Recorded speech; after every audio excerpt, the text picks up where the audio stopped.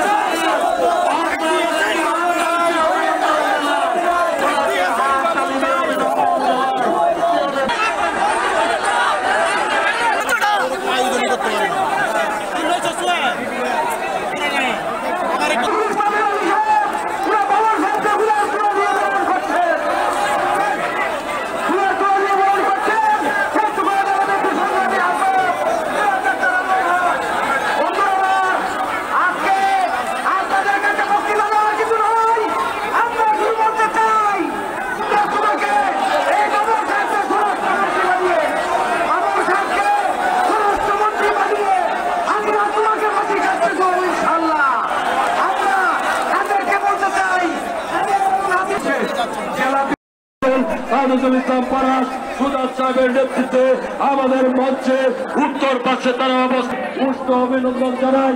এই মিছিল আসতে দেখা যাচ্ছে হাজার হাজার মানুষ, লাখো মানুষের আজকে সমুদ্রে পরিণত হয় না। বন্ধুরা আমার হাজার আমাদের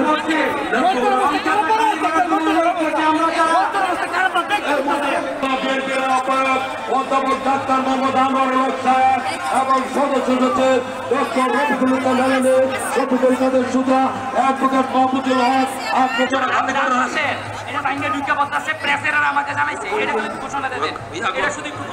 আমাদের প্রিয় নেতৃবৃন্দ, আপনারা যারা আছে উপস্থিত হয়েছেন বিশাল মিছিল নিয়ে লক্ষ্মীগঞ্জ ইউনিয়নের সাবেক চেয়ারম্যান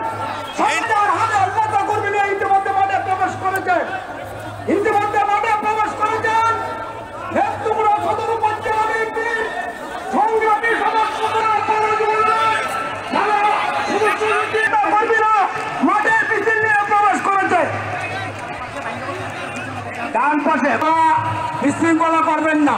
পাশাপাশি আমাদের প্রিয় নেতৃবৃন্দ আপনার